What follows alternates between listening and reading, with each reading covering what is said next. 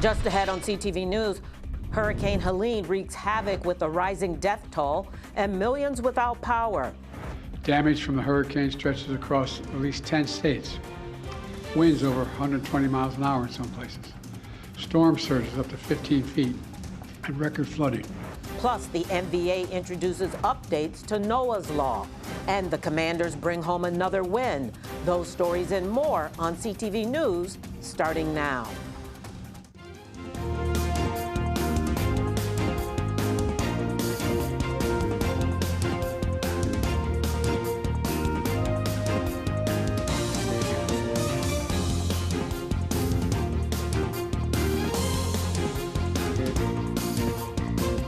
Good evening. This is CTV News for September 30th. I'm Mariah Jalad. Thanks for joining us. Hurricane Helene has devastated the southeastern U.S., leaving more than 100 people dead across 6 states, including Georgia, Florida, and North Carolina. More than 600 people remain unaccounted for, while millions are without power. This morning, President Biden spoke with the governors of Georgia and North Carolina, pledging federal support.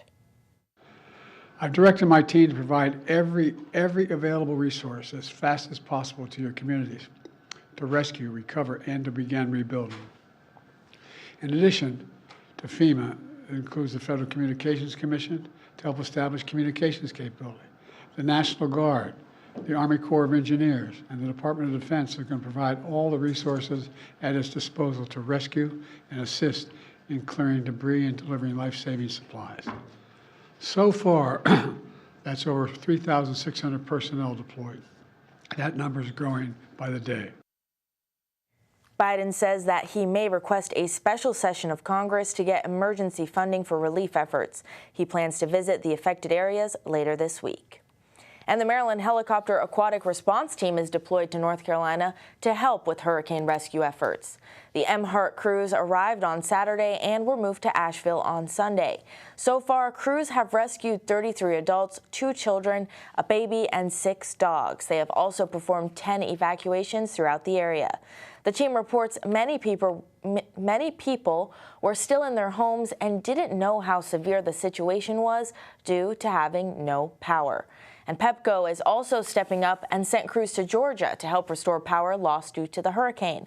18 line workers and 6 people from Fleet Safety and Supervision landed in Austell last week. They'll be working with Georgia Power to restore connection as safely and quickly as possible.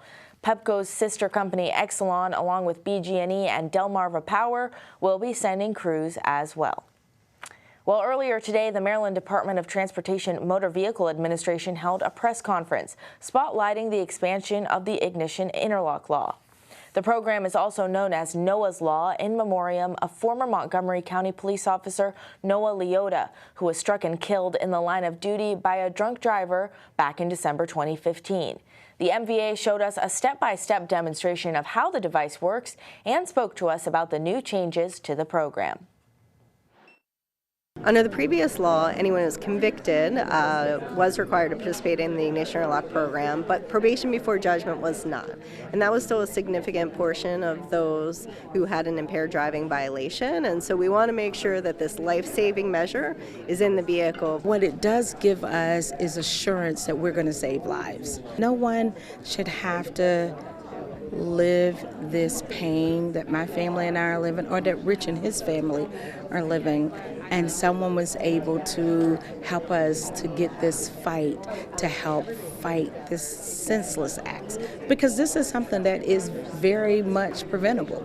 We know that impaired driving is one of the top 3 reasons that we lose individuals in Maryland and around the country. And so whatever we can do to bring those fatalities down, this is a great step forward.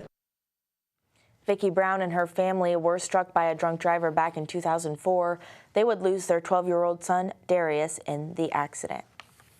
Well, a fire quickly destroyed a Largo home on Saturday. Crews responded to the 9800 block of Cedar Hollow Lane around 4 p.m.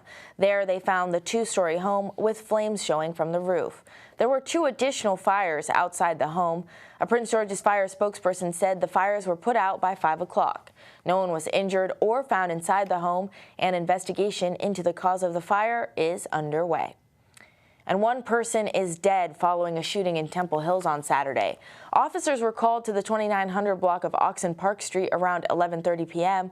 Police found the victim, a man on the roadway suffering from gunshot wounds. He was pronounced dead on the scene. Anyone with information is asked to contact Prince George's Police at 1-866-411-TIPS. And in Anne Arundel County, Maryland State Police are looking into a tragic pedestrian accident that occurred Sunday evening. A 32-year-old woman sadly lost her life at the scene after being struck by an unmarked police vehicle.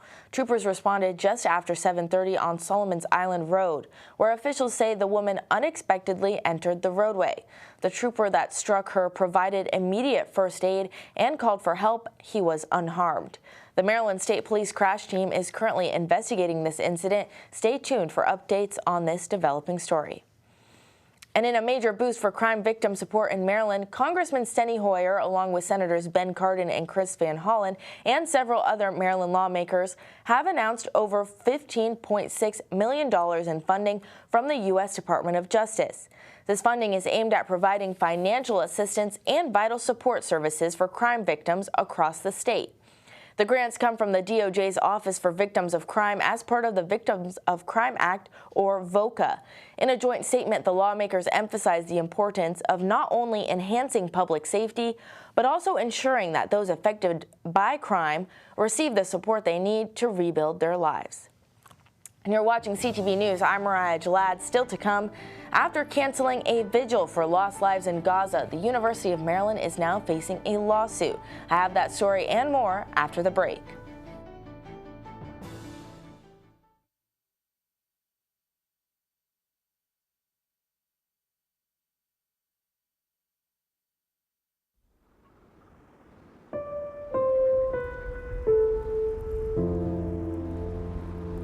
We hear the stories of people forced to abandon their home. The stories of people whose dreams have been swept away, or their lives left hanging by a thread.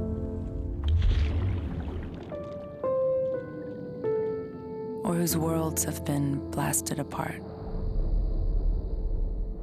Although the stories repeat themselves, each person's experience is unique as they are. And whether it's care or community that people need, we're here to help them live a new chapter, to embrace what makes them unique, be a lifeline to the most vulnerable. Out! Out! Everybody out! Come on!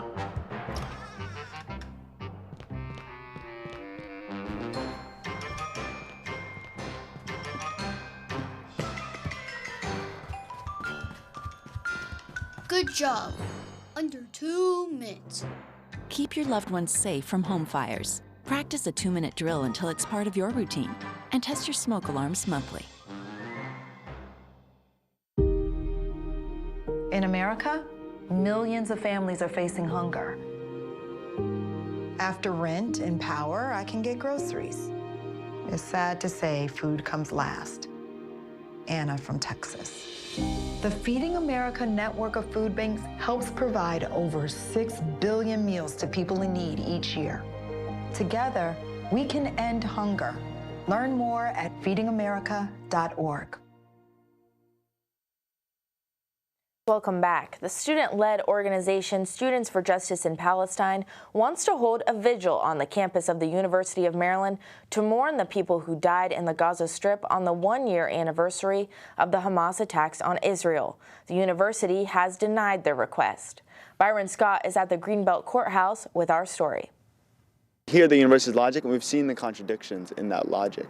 Fearing harassment, a member of the University of Maryland's Students for Justice in Palestine asked that we not show his face or use his name. There's no such thing as a ban on all speech, and this is only happening because the mob is so loud. The campus organization is suing the university in federal court.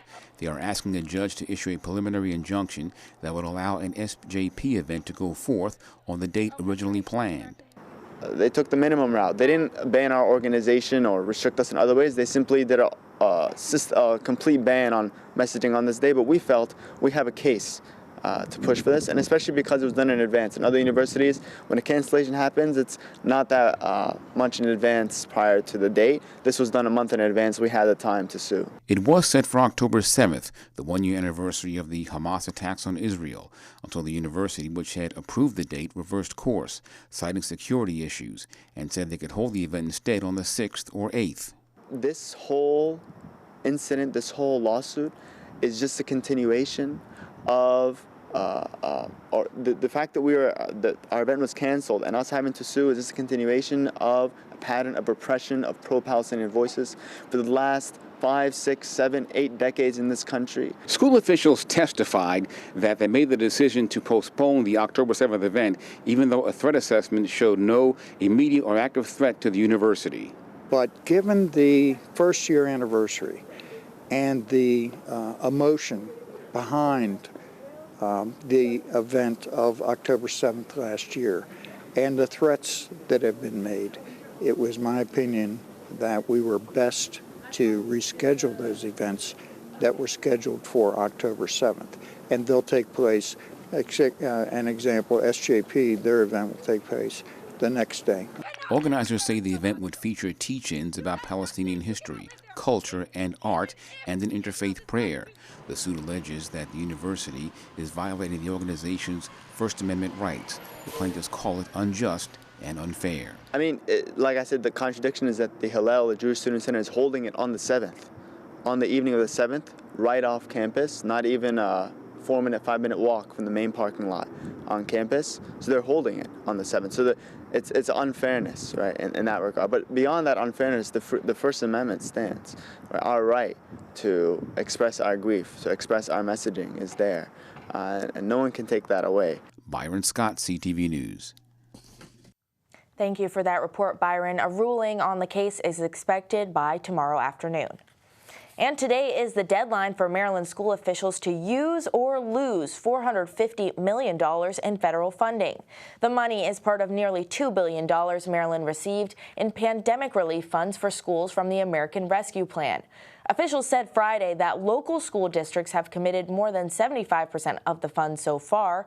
Officials can still enter contracts with the funds after today and have until next year to make payments. The state can also request an extension until March of 2026. And Maryland State Police are investigating a road rage shooting in Montgomery County, and they're looking for your help in its investigation. Troopers are asking for dash cam video from anyone that was on northbound I-270 around Shady Grove Road around 7:30 on Friday night. Officials say they are looking for 2 suspects who are in a dark-colored sedan. Investigators say a driver of a white Dodge Durango was shot but not harmed. Anyone with dash cam video on this incident is asked to call Maryland State Police at 410-538-1887. And a man is found guilty of arson in Charles County for setting fire to a home in Waldorf. The fire left a woman and her 18-month-old daughter dead. 49-year-old Vincent Anthony Fisher was convicted of 2 counts of first-degree arson and 2 counts of second-degree murder. According to investigators, Fisher was a resident of the home and was involved in a fight with 2 other residents. He then purposely set ablaze a mattress located in the living room. The woman and child were in an upstairs bedroom and could not escape the flames. Well, the Office of Senate Security says Senator Ben Cardin was the target of an advanced deepfake operation this month, and it's a sign that artificial intelligence schemes to dupe top political figures are becoming more common and more dangerous. Cardin's office said it received emails from someone believed to be the former Ukrainian Minister of Foreign Affairs, Dmytro Kuleba. Cardin and the person met for a video call, and everything seemed normal until the caller asked Cardin politically charged questions related to the upcoming election. That tipped Cardin and his staff that something was off. The Department of State then verified the caller was not Kuleba. A memo to Senate staff cautioned staffers to make sure all meeting requests are authentic and warned that other attempts will be made in the coming weeks. And Mira Murati, the Chief Technology Officer of OpenAI, has announced she's leaving the company. Murati has been instrumental in the development of ChatGPT and the artificial intelligence image generator DALL-E. Murati announced on Wednesday in a post on X that there's never an ideal time to step away from a place one cherishes, yet this moment feels right. Shortly after, OpenAI's chief research officers Bob McGrew and VP of Research Barrett also announced their decisions to exit. And still to come on CTV News, the Federal Drug Administration has approved a new drug to treat schizophrenia. Find out how it compares to what's currently on the market when we return. Most hiring algorithms would scream me out. Some bosses couldn't see me as a leader. I've run this place for 20 years, but I still need to prove that I'm more than what you see on paper.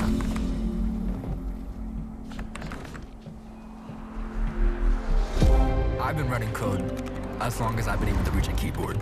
This is what I do. It's second nature for me, coordinating 100 details at once. It's the way my mind works. I have a very mechanical brain. I sold them on my skills. You gotta be so good they can't ignore you. My magic is analytics and empathy. That's how I'm getting clients. You have to have the confidence in yourself to show up and defy the odds. I'm more than who I am on paper. I never got a college degree. And today, I'm the CEO of my own company. People want to tell me I'm one in a million, when actually I'm one of millions. Stars are all around us. It's time for them to shine.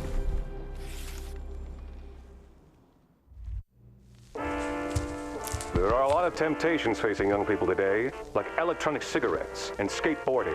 Each vape pod can contain the same amount of nicotine as a pack of cigarettes. This can lead today's youth to a lifelong addiction and severe lung damage. Recall and consider the facts before making a poor decision. The health class film guy isn't the best person to talk to your kid about vaping. Got a few minutes? You are. Start the conversation with your child about vaping today.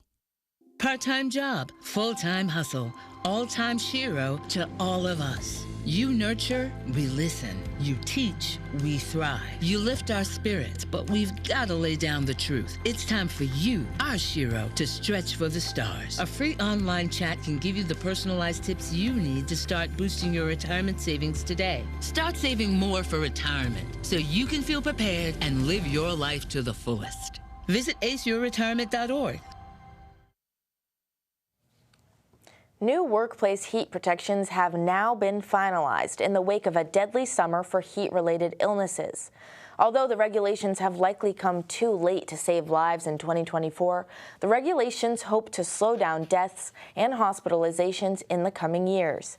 The Maryland Health Department reported this heat season claimed 25 lives and saw nearly 1,200 hospitalizations. According to a department labor official, the new regulations will require employers to provide breaks, water, and cooling opportunities for workers. The FDA approves a breakthrough drug to treat schizophrenia that claims to have fewer side effects than treatments currently on the market. The drug is called Cobenfy and for the first time will not target dopamine receptors to treat psychosis, which often came with side effects for users like muscle disorders and weight gain. The drug will target different receptors in the brain and in trials show a, quote, meaningful reduction in symptoms of schizophrenia. Cobenfy will be available starting in October. And a recent report showed overdose deaths are down across the country. And we now know Maryland shares that same trend, but the state is lagging behind in the pace of the decline. From April 2023 to 2024, about 2,300 Marylanders died of an overdose, a 6% drop from the year prior. Deaths were down 10% during that same period in the United States as a whole. Even though the numbers are not as good in Maryland, state health officials are still optimistic that the opioid crisis might be improving. Experts say the decrease could be due to more access to opioid reversal agents like Narcan or people avoiding lethal drugs on the market.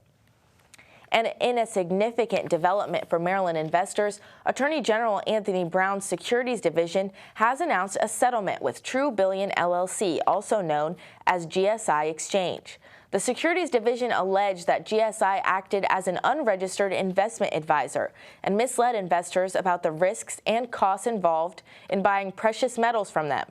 Between 2014 and 2021, Marylanders invested around $400,000 in gold and silver bars, rounds, and coins from GSI. This settlement allows Maryland clients to opt for a refund of their original purchase price, but they must return the items to be eligible. And Urban Atlantic and Brookfield Properties is approved to build at the new Carrollton Metro Station. Slated to be complete by 2027, the 4 5-story buildings are to be constructed in phases and will comprise a total of 364 units. Urban Atlantic confirmed that the buildings will be all affordable, with units rent capped at prices for households earning between 30% and 70% of the area's median income. And coming up, Simon Buggs is here, and he has our Monday sports page, and I heard we've got a few wins to celebrate today. Absolutely, Mario. It was a great weekend for football. I can't wait to touch on it. Stay right there, sports fans. We'll be right back. You're going to want to see this. You could be me for just 1 hour. If we could find a way to get inside each other's minds. If you could see you through my eyes instead of your ego, I believe you'd be surprised to see that you've been blind. Walk a mile in my shoes. Walk a mile in my shoes. Yeah, before you abuse, criticize and accuse. Walk a mile in my shoes. Walk a mile in my shoes. Well, before you abuse, criticize and accuse. Walk a mile in my shoes. Jason, let's go see your room.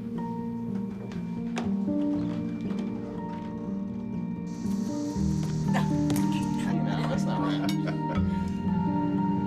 How was it? Is it good?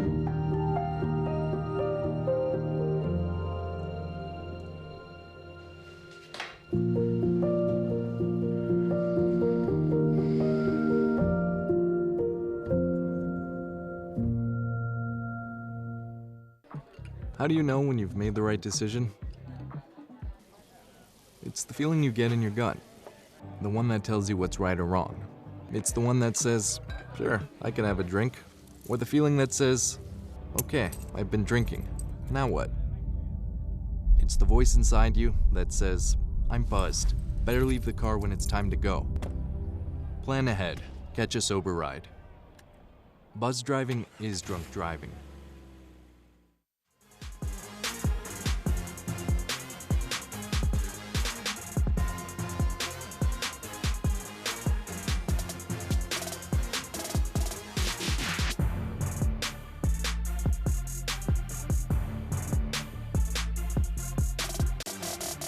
What's going on, sports fans? Hope you had a good weekend. It's time for your Monday sports page. We start with some exciting highlights from the world of high school football.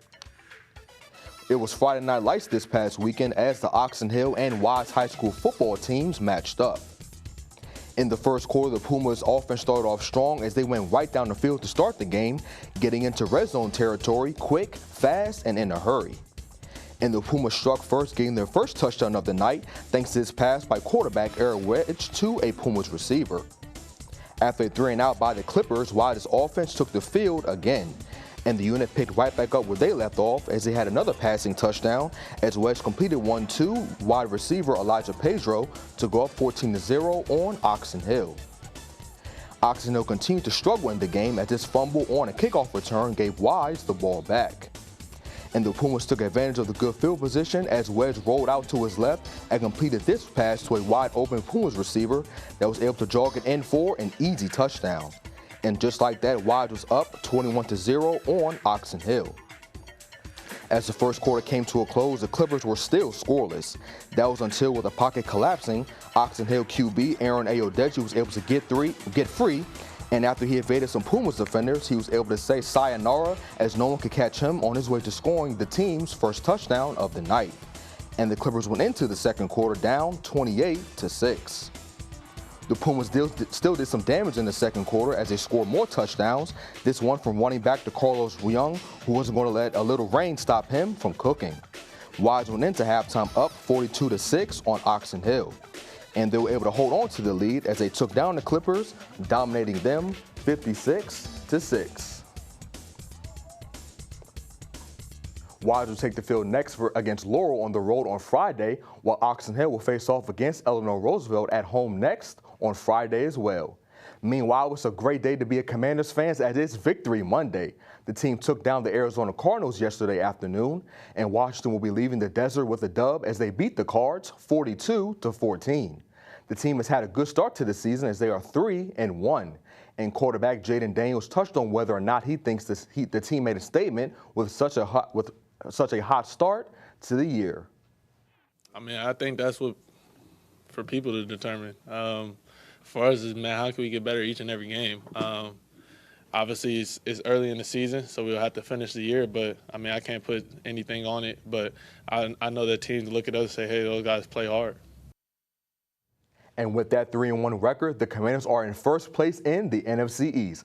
Man, that feels good to say. Their next opponent will be Myles Garrett and the Cleveland Browns on Sunday. And don't think I forgot about you, Ravens fans, as the team got their second win in a row last night, taking down the Buffalo Bills 35-10. A big reason for the Ravens' victory was running back Derrick Henry, who rushed for 199 yards and a touchdown. And after the game, quarterback Lamar Jackson gave his thoughts on what makes the four-time Pro Bowler such a vital part to the team. Derrick Henry, he opened up the play-action game. Guys running to the ball, trying to stop him from getting started in the backfield.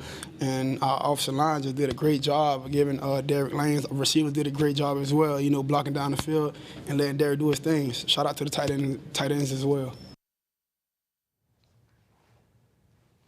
Baltimore will take the field next against their AFC North rival, the Cincinnati Bengals, on Sunday. And some sad news from the NBA world as former center Dikembe Mutombo has passed away. This comes after Mutombo's fight with brain cancer, which he was diagnosed with in 2022. Known for his finger wag after blocking a player's shot, the Congo native was one of the best defenders the league has ever seen. Over his 18-year career, Mutombo was a 4-time Defensive Player of the Year, an 8-time All-Star, and led the league in blocks 3 times and in boards twice. He was inducted into the Hall of Fame in 2015.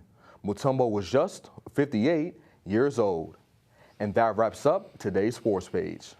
So some really sad news with that news of Dikembe Mutombo's passing. We've been seeing a lot of outpouring of positive stories about him, but, it's just really unfortunate to see that today. Absolutely, Mariah. I didn't even, know he had brain cancer. I found it on my way to CTV. It was definitely disheartening. Not only was he was obviously a great player, but he was even a better human being. He was known for some humanitarian work as well. He did some work with the Special Olympics. He also had a foundation that was named after him that was aimed at improving health as well as the quality of life in his home country, the Congo. It was definitely some sad news today, and the NBA is definitely going to miss him for sure. Yeah, he'll definitely be leaving a great legacy. Absolutely. Thank you so much, Simon. No now problem. Let's get a look at our 3-day weather forecast. Tonight, showers and fog are expected, so be safe out there on the roads. Tomorrow, more showers are on the way, and we'll have a high of 68. Wednesday, it's going to be mostly cloudy with a high of 73 and low of 59. Thursday, nice and sunny with a high of 77. And for our community calendar, tomorrow evening, the Hyattsville Branch Library is hosting a needlework social. Bring in any needlecraft you're working on and get to know more people in your community with similar interests. The class takes place from 4 to 6:30 p.m. For more information, contact 240-455-5451. And that wraps up CTV News for now. Thanks for joining us. We'll see you again tomorrow. Good night, everyone.